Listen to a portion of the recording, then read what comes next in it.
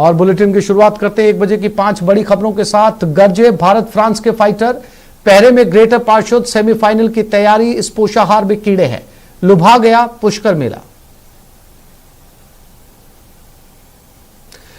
जयपुर के वाटिका में धर्मांतरण मामला, सीकर सांसद स्वामी सुमेधानंद का कांग्रेस पर बड़ा हमला, कहा कांग्रेस सोनिया गांधी को खुश करना चाहती है, इसलिए ऐसे तत्वों के खिलाफ कार्रवाई नहीं होती। लालच देकर जबरन लोगों का धर्म बदला जाता है। हिंदुओं से ईसाई बनाने की घटनाएं हुई, आर्य समाज ऐसी घटनाओं को बर्दाश्त नहीं करेगा। हमारे महापुरुषों ने धर्म के लिए बलिदान दिया है।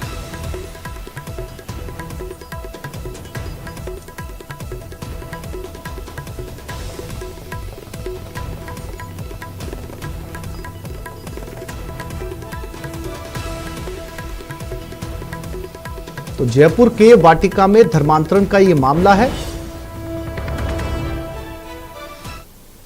कई बार इस प्रकार के कार्यक्रमों के विरुद्ध के धर्म जबरन निरपेक्षता अपने रखे हैं, किसी प्रकार का धर्मांतरण न हो, इसके लिए पार्टी कानून लेकर के आई।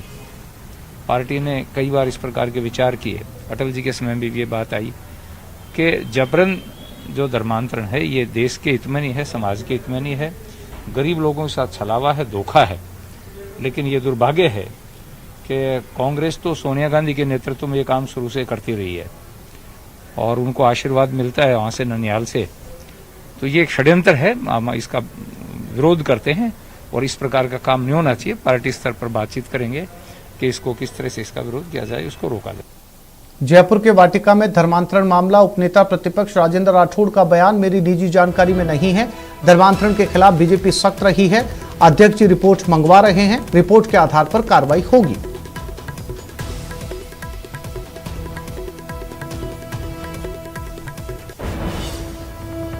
मेरी निजी जानकारी में नहीं है, पर इस प्रकार के धर्मांतरण करने वाले तत्वों के खिलाफ भारतीय जनता पार्टी पहले से भी थी, अब भी है, और निश्चित तौर पर इस पर अध्यक्ष जी रिपोर्ट मंगवा रहे हैं। उसके बाद हमें जो आगे कार्रवाई करनी उपचुनाव की तैयारियों में बीजेपी जुट गई है। बीजेपी प्रदेश दफ्तर में मीटिंग हुई, पूनिया, कटारिया समेत दिग्गज नेता मौजूद रहे। सुजानगढ़ और ग्रेटर मेयर उपचुनाव पर मंथन, जनाक्रोश यात्रा, झुंझुनू में प्रदेश कार्य समिति की भी चर्चा। तो उपचुनाव की तैयारियों में बीजेपी जुट गई है। सरकार के 4 साल के कुकर्म को लेकर जो वातावरण वहां बना हुआ है, आज वहां का किसान परेशान है। किसानों को बिजली के कनेक्शन नहीं मिल रहे, किसानों को बिजली नहीं मिल रही, कर्जे के नाम पर जो धोखा हुआ उससे वहां कई किसान आज उस कर्जा माफी के कारण चक्रवर्ती ब्याज के चक्कर में चढ़ गए, इनकी बातों पर विश्वास कर लिया। कानून व्यवस्था सरदार सर की ऐसी है कि वहां सरपंच तक का सरेआम कत्ल हो गया। तो इन सारी बातों को लेकर निश्चित तौर पर भारतीय जनता पार्टी उतरेगी।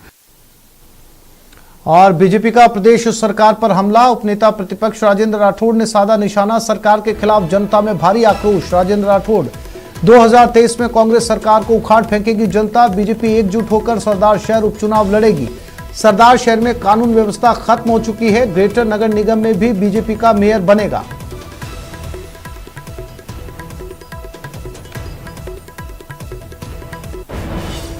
कांग्रेस हमेशा अपने वोट बैंक की फिराक में रहती है, चिंता में रहती है, इसलिए नीतियों के आधार पर और जिस प्रकार के तत्व सक्रिय होकर समाज में को विघटित कर रहे हैं, उन पर कार्रवाई नहीं करने का मानस कांग्रेस का सदैव रहा है। और निश्चित तौर पर हर विधानसभा के अंदर इन वर्षों के अंदर जो सबज बाग दिखाए गए थे, विकास को लेकर बहुत बड़ी बातें कही गई थी, बजट ये घोषणा की गई थी, उस पर सरकार खरी नहीं उतरी।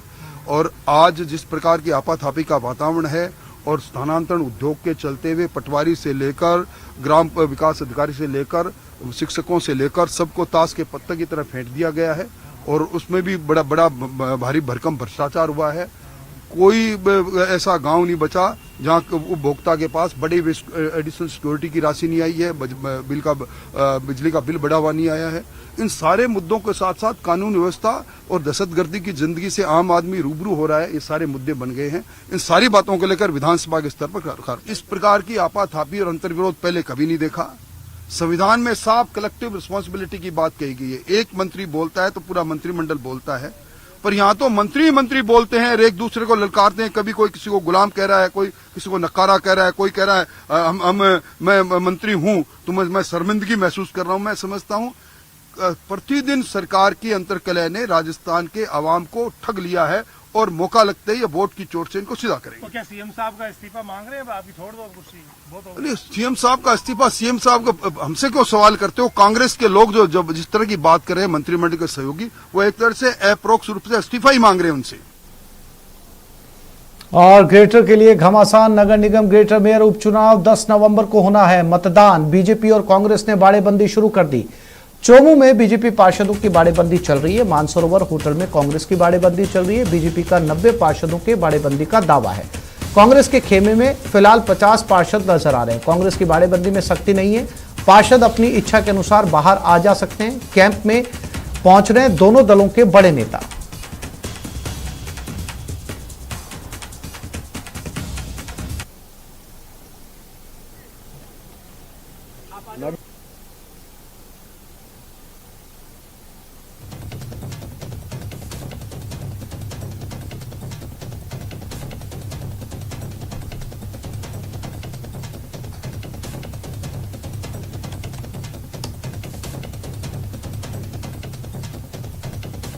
देखिए, अंतरात्मा की आवाज से हमारा वोट बनेगा और हमारा वोट जरूर बनेगा। आपको भरोसा है कि आपका वोट बनेगा? हाँ, पूर्ण भरोसा है। मेरे को पूरा विश्वास है कि हमारा वोट बनेगा। क्रॉस वोट करेंगे लोग? जी, क्रॉस वोट करेंगे सर। क्रॉस वोट करेंगे, गुप्ता मतदान होगा। अब हमारे विकास के आधार पर होगा, हमारी सरकार के जो कार्यकलाप चल रहे हैं उसके आधार पर वोट होगा। हमारे खेमे में आने की जरूरत ही नहीं। वो वैसे दुखी है 2 साल से, उनके काम काज हो रहे नहीं है, डोर टू डोर फैल है, टाइम पे काम हो रहे नहीं, इसलिए करेंगे। वो दुखी है इसलिए कर रहे हैं। 2 बार बेर पे लट गए, दोनों बार क्या हुआ? लेकिन 2 साल तो अस्थिर रही है ना सरकार यहाँ पर। देखिए, विपक्ष कुछ भी कह सकता है, अस्थिर आप कहते हैं अस्थिर है। सारे कामकाज बहुत तरीके से चल रहे हैं और आप देख भी पा रहे हैं कि राजस्थान में जितना विकास इस सरकार में हुआ है उतना विकास इतिहास में कभी नहीं हुआ है। जो बंदरबाट मची हुई थी भारतीय जनता पार्टी में, उसी बंदरबाट का नतीजा है कि भारतीय जनता पार्टी के खेमे में भगदड़ मची हुई है। भगदड़ तो मुझे दिखाई नहीं दी, कल मैं भी वहां पर पहुंचा था। 90 करीब पार्षद वहां होने का दावा कर रहे हैं, तो अब तो लगभग उम्मीदें छोड़ देनी चाहिए। ये बिल्कुल झूठ है, ये उनके झूठे पोपले हैं। कोई 90 नहीं पहुंचे वहां पे। कल तक तो 56 लोग बता रहे थे, आज 90 पहुंच गए। और हमारे पास पूरा बहुमत है, 2-4 ज्यादा ही मिलेंगे, कम नहीं मिलेंगे। हम तो विकास के नाम से वोट मांग रहे हैं। हमारे सरकार के द्वारा जो कार्यकलाप किए जा रहे हैं, रतनाल पर काम किए जा रहे हैं। देखो, आपको पता है पूरे हिंदुस्तान में कर्मचारियों को पेंशन लागू कर दी उन्होंने 114 के बाद। अटल जी हमारे प्रधानमंत्री हुआ करते थे, उन्होंने बंद कर दी। हमारी गहलोत सरकार ने चालू कर दी।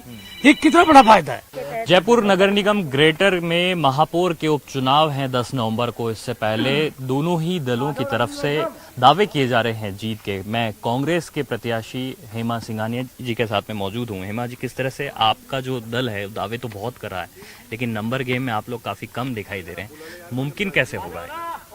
देखिए, विकास के नाम पे हमें वोट देंगे और अंतरात्मा की आवाज से हमें वोट करेंगे। और ये हमारे नगर निगम को कचरा बना रखा है, अव्यवस्थाएं बिगाड़ रखी है। और जैसे आवारा पक्षियों का जमावड़ा लगा हुआ है, साफ सफाई में कोई व्यवस्था नहीं है, कचरे की गाड़ियां टाइम से नहीं आ रही, रोड लाइटें नहीं है। आपको ऐसा लगता है कि आप महापौर बनेंगी तो ये सारी समस्याएं दूर? जी, पूरी समस्या का समाधान करूंगी। कैसे हो जाएगा, मतलब आप कैसे ये मानते हैं? हमारी सरकार है, हमारा वोट बनेगा, निश्चित है। और ये जो समस्या आप देखते हैं आपके इर्द गिर्द में, ऐसी परेशानियां हैं, वो दूर हो सकेगी? बिल्कुल, हम उनको दूर करने की कोशिश करेंगे। अच्छा, और साथ ही में जो बीजेपी के लोग ये कह रहे हैं कि कई लोग जो हैं उन आपके भी संपर्क में हैं उनके पास में, तो आपको ऐसा नहीं लगता कि आपके यहाँ से क्रॉस वोटिंग हो जाए? आप तो कहीं उनकी नहीं, हमें कोई क्रॉसिंग वोटिंग नहीं है। हमारे पूरे हमारे पार्षद हमारे पास है, एकजुट है, बहुमत से हमारे को वोट करेंगे। उन्हें यहाँ पर जो है अंतरात्मा की आवाज से वोट करेंगे ताकि कांग्रेस का बोर्ड यहाँ पर बनाया जा सकेगा और उन्हें मेयर चुना जा सकेगा। लेकिन कैसे मुमकिन होगा, देखना होगा 10 नवंबर को। महेश दास। और गरजे भारत फ्रांस के फाइटर। जोधपुर में भारत फ्रांस के बीच गरुड़ युद्ध अभ्यास। आसमान में फाइटर जेट की गर्जना साफ सुनी जा सकती है। दोनों देशों की वायुसेना का शक्ति प्रदर्शन। आसमान में इंडियन एयरफोर्स के फाइटर जेट चक्कर लगा रहे हैं। ये तस्वीरें जोधपुर के आसमान की। दो देशों की सेनाएं मिलकर संयुक्त अभ्यास कर रही हैं और इस बार एयरफोर्स, दोनों देशों की एयरफोर्स, भारत और फ्रांस,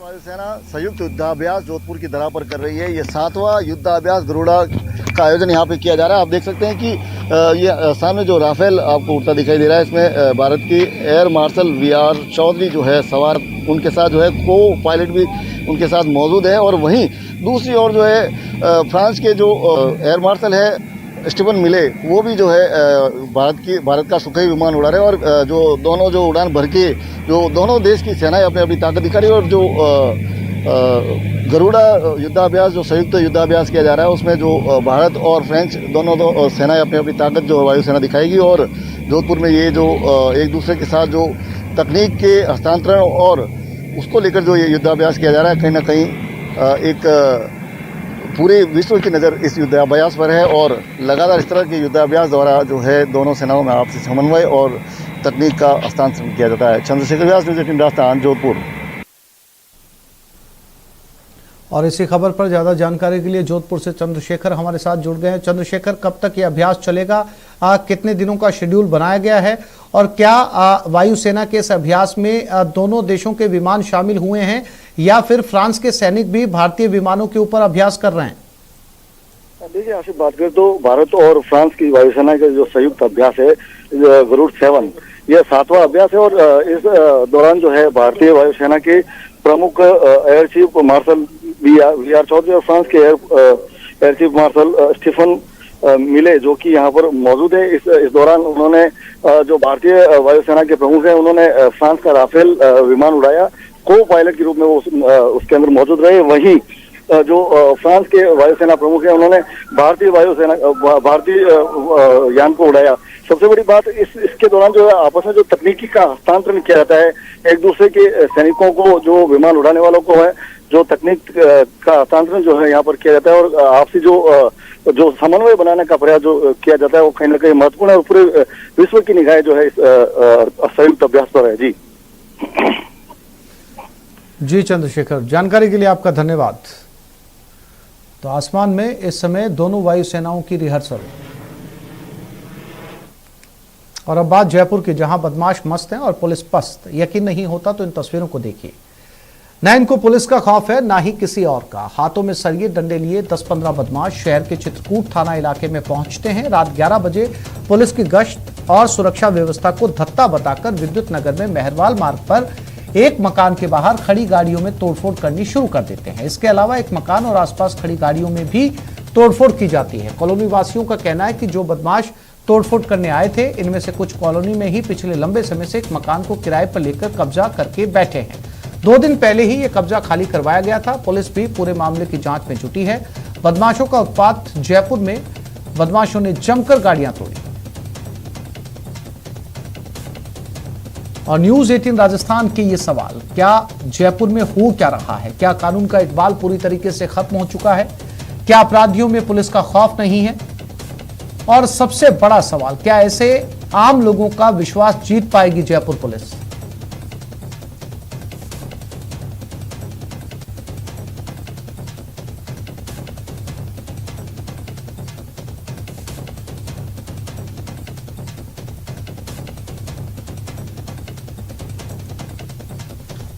ये तस्वीरें प्रदेश की राजधानी जयपुर की हैं, जहां कल रात को 11:30 बजे 10 से 15 बदमाशों ने जमकर कॉलोनी में तोड़फोड़ की।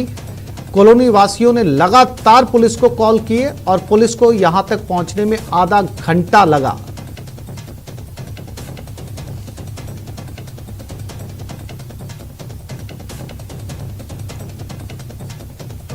क्या घटना हुई थी? आप ही गाड़ी को क्यों निशाना बनाया गया, जबकि आपका तो कोई मतलब भी नहीं था इससे? रात को 11:15 बजे कुछ आवाजें आई, दड़ाम दड़ाम दड़ाम में। मैं बोला कि ये देखा तो ऊपर से 30-40 लड़के तलवारें डंडे सब ये हाथ में लेकर के और ताबड़तोड़ गाड़ी पे हमला किए जावे थे। और उस समय पे उनका जुनून इतना खतरनाक था, यदि कोई भी आदमी आ जाता तो वो जिंदा नहीं बचता। आपकी गाड़ी को क्यों निशाना बनाया गया इस मुझे नहीं मालूम। मेरा आज तक इस पड़ोस में किसी से कोई झगड़ा नहीं। ये बच्चों का 1-2 दिन पहले आपस में गुत्थम गुत्था कोई बच्चे हुए हैं और कल जो है आकर के अटैक करने के हिसाब से वो आए और तो पड़ोस के मकान को भी तोड़ गए, मेरी गाड़ी को तोड़ गए, बाकी गाड़ियों को तोड़। आपका नाम सर? शांति स्वरूप मेहरबान। देखिए ये शांति स्वरूप जी की गाड़ी, जिनका कोई मतलब नहीं था, घर के बाहर उनकी गाड़ी खड़ी थी और यहीं पर बदमाश जब यहाँ पर आए, हाथों में लाठी डंडे सरिये लिए हुए थे, तो ऐसे में इनकी गाड़ी को निशाना बनाएंगे क्यों सर? बिल्कुल जो है मतलब ये बच्चों के आपसी जो विवाद में पड़ोस में रहने वाले सब आतंकित है और ये बहुत गलत घटना है। इन घटनाओं को तुरंत बात की पुलिस अधिकारियों से? रात को गए थे हम लोग, बात की थी, उन्होंने कहा हम कार्रवाई कर रहे हैं। तो कोई बदमाश पकड़ में आए? मेरी जानकारी में नहीं है। और गंगानगर से बड़ी खबर, घरेलू विवाद में भाई ने भाई की हत्या कर दी। गंडासे से मारकर वारदात को अंजाम दिया। घायल युवक ने बीकानेर में इलाज के दौरान दम तोड़ दिया। रावला मंडी थाना क्षेत्र के गांव 8 केडी का ये मामला है।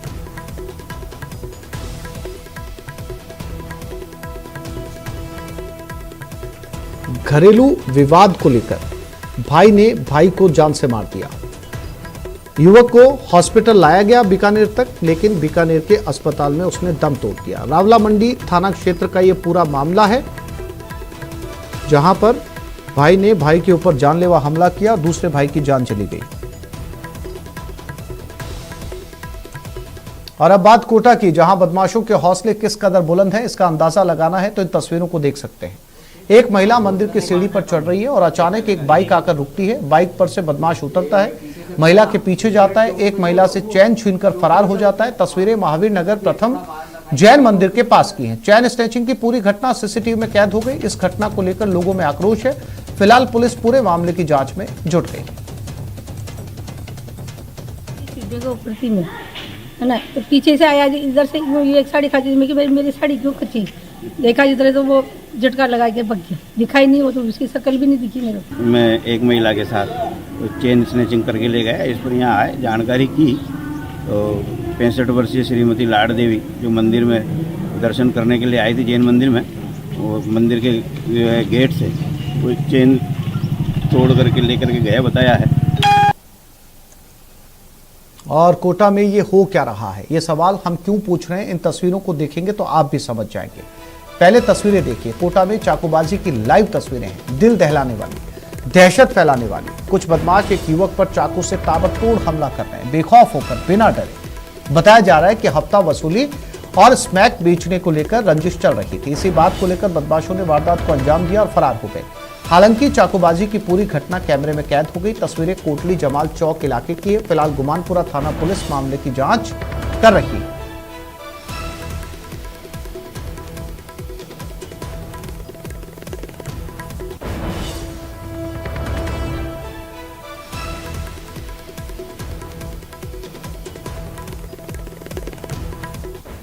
और गुजरात में चल रहा बेरोजगारों का आंदोलन स्थगित हो गया है। सीएम से मुलाकात के बाद आंदोलन खत्म हुआ। कल देर रात बेरोजगारों की सीएम से बात हुई, गहलोत से मुलाकात। सीएम मुलाकात के बाद आंदोलन स्थगित होने से एक बड़ा सवाल उठ रहा है। केवल सीएम से मुलाकात के लिए चलता रहा 38 दिनों तक आंदोलन, जबकि मांगे पूरी ना होने तक आर पार की लड़ाई का ऐलान किया था बेरोजगार एकीकृत महासंघ ने।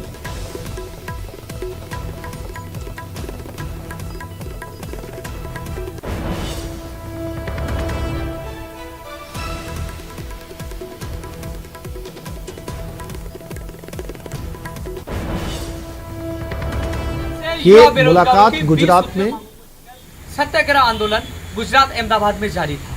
कल देर रात माननीय मुख्यमंत्री अशोक गहलोत जी से 5 सदस्यीय प्रतिनिधिमंडल की अहमदाबाद में वार्ता हुई। मुख्यमंत्री जी ने कहा कि मैंने पहले भी युवा बेरोजगारों की कई मांगों को पूरा किया है, आपकी मांगों को भी पूरा करेंगे। करीब 40 से 45 मिनट हमारे प्रतिनिधिमंडल की वार्ता हुई। एक एक प्रतिनिधिमंडल से उन्होंने बात की, उनकी मांग सुनी, नोट किया और अधिकारियों को कहा कि 9 तारीख को हमारे साथ बैठकर मीटिंग करें। तो 9 तारीख को हमारी मीटिंग सीएमओ में माननीय मुख्यमंत्री जी के प्रमुख सचिव और सचिव से हमारी वार्ता होगी और उसके बाद कई मांगों को पूरा किया जाएगा। और मीटिंग होने के बाद आज युवा बेरोजगारों ने यहाँ मीटिंग की और निर्णय लिया कि इस आंदोलन को स्थगित कर रहे हैं, क्योंकि मुख्यमंत्री जी हमारे अभिभावक हैं, हमारी वो मांगों को पूरा करने का आश्वासन दिया है। यदि हमारी मांगें पूरी नहीं होती, हमारे साथ धोखा होता है, तो हम लोग उपचुनाव सरदार शहर में भी जाएंगे और भारत जोड़ो यात्रा में भी जाएंगे। तमाम युवाओं ने यह भी निर्णय लिया, ये निर्णय उपेंद्र यादव का नहीं, तमाम युवाओं ने निर्णय लिया है कि हम लोग वार्ता में जाएंगे और धोखा होता है तो फिर से आंदोलन में उतरेंगे। यह आंदोलन खत्म नहीं हुआ, केवल स्थगित किया गया है। उम्मीद है मुख्यमंत्री जी हमारे अभिभावक हैं, जिस प्रकार उन्होंने वार्ता की, एक एक व्यक्ति से सुना, खुद ने नोट की और अधिकारियों को निर्देश दिए। उम्मीद करते हैं कि इस बार हमारी मांगे पूरी होगी, युवाओं को न्याय प्रदान करेंगे, क्योंकि हम तमाम वाजिब मांगों के लिए हमारा आंदोलन जारी था। 150 किलोमीटर हमने डांडी यात्रा निकाली, भूखे रहे, सड़कों पर सोए और 3 बार हमें जेल जाना पड़ा, लेकिन हमने लोगों ने हार नहीं मानी। अंतिम सांस तक हम संघर्ष करना पड़ा। आखिरकार कल देर रात मुख्यमंत्री जी से वार्ता हुई और उन्होंने आश्वासन दिया हमारी मांगों को पूरा किया जाएगा। जो 20 सूत्रीय मांगे हैं, जो राजस्थान के तमाम युवाओं की मांगे उनसे जुड़ी हुई है, और मांगों को लेकर भी, और जो प्रमुख रूप से जो यहाँ आंदोलन थे, चाहे वो कंप्यूटर भर्ती में शिथिलता देने की मांग थी, तमाम पदों को भरने की मांग थी, चाहे इमिटर ऑपरेटर जो उनकी मांग मानने से लेकर उनको संविदा में शामिल करने से लेकर तमाम।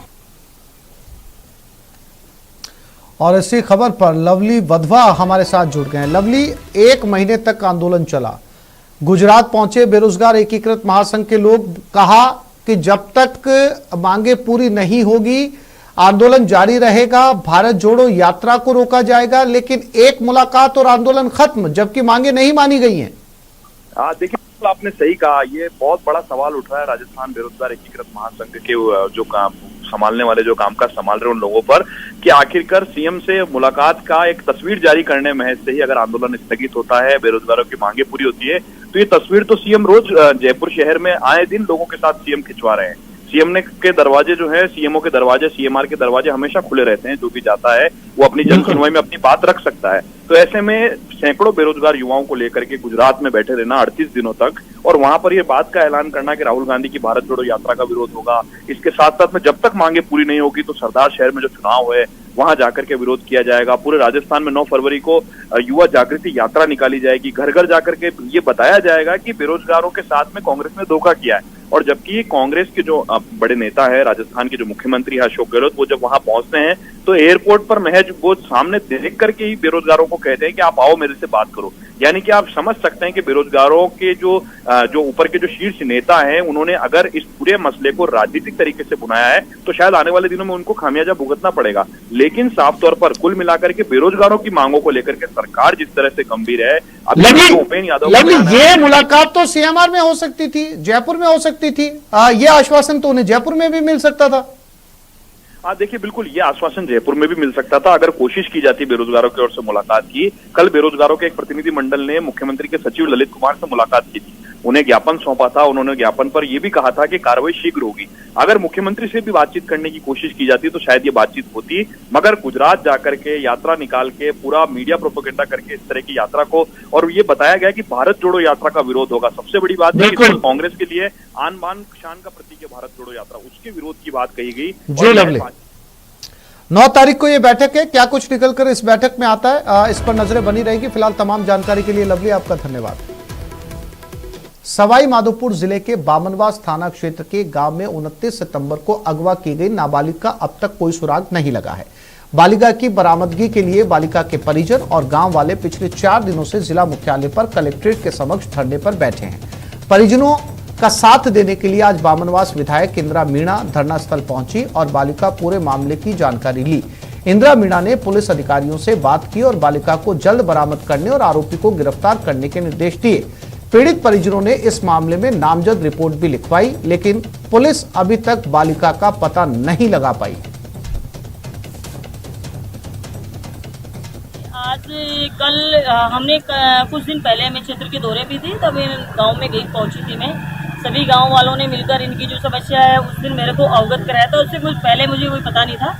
उसके बाद हमने सीआई को जो अल्टीमेटम दिया कि ये जल्दी अब नाबालिग बच्ची उसको गिरफ्तार करके लाओ, जो भी बच्चा है या फिर जो भी लेकर गया है इनको, इनसे गाँव में मिलकर आई हूँ मैं। उसके बाद में कार्रवाई जब नहीं हुई और कल मुझे पता चला ये लोग धरने पर भी आ गए हैं, उसके बाद मुझे पता चला कि कार्रवाई में अभी तक ढिलाई बढ़ती जा रही है। कल आईजी साहब से मैंने फोन से वार्ता करके और तुरंत प्रभाव से वहां के एसएचओ को हटवाया गया है और अब आगे की कार्रवाई के लिए उनसे कह दिया गया है कि जल्दी हमको ये कार्रवाई चाहिए। सवाई माधोपुर जिले के गंगापुर सिटी कस्बे में नगर परिषद के अस्थायी कर्मचारियों को पिछले 5 महीने से वेतन नहीं मिला है। ऐसे में उनका सब्र जवाब देने लगा है। मंगलवार को उनका आक्रोश फूट गया और नगर परिषद के खिलाफ बाजार में विरोध प्रदर्शन किया। अब उन्होंने काम बहिष्कार का ऐलान किया है। आक्रोशित कर्मचारियों का कहना है कि पिछले ठेकेदार ने उनके भुगतान को अदा नहीं किया। इसके कारण वो आर्थिक मंदी के दौर से गुजर रहे। कई मर्तबा जिला प्रशासन और नगर परिषद के अधिकारियों को बताने के बावजूद भी उनकी समस्या का समाधान नहीं हो रहा। ऐसे में बाजार के बीचों बीच अस्थायी सफाई कर्मचारियों ने प्रदर्शन किया। पेमेंट नहीं दे रहा। कौन नहीं दे रहा पेमेंट? सतीश दामनी। कौन है सतीश दामनी? हर दफे इसी लेट करवाते हैं तनख्वाह हमारी। 15 तारीख तक का आज तक टाइम पे नहीं मिली, तब भी मिलती है। आज तारीख से 20 तारीख के बीच में मिलती है। 15-20 तारीख को मिलती है हमारी तनख्वाह। और अब बात भरतपुर की, जहां एक बार फिर संत समाज ने आत्महत्या करने की चेतावनी दी है। साधु संतों की मांग है कि सीकरी और पहाड़ी तहसील के गांव सांवलेर और डावक में लगे क्रेशर प्लांट को हटाया जाए। साधु संतों का कहना है कि सरकार ने आदि बद्री और कनकांचल पर्वत को वन्य भूमि संरक्षित करने के दौरान वादा किया था कि वहां से क्रेशर प्लांटों को हटाया जाएगा, लेकिन सरकार अपने वादे से मुकर रही है और 3 महीने गुजर जाने के बावजूद भी सरकार ने अभी तक कोई संज्ञान नहीं लिया। ऐसे में साधु संतों ने प्रभात फेरी यात्रा के दौरान डिग में सांकेतिक प्रदर्शन कर प्रशासन को ज्ञापन सौंपा है और सरकार को 3 दिन का अल्टीमेटम दिया है।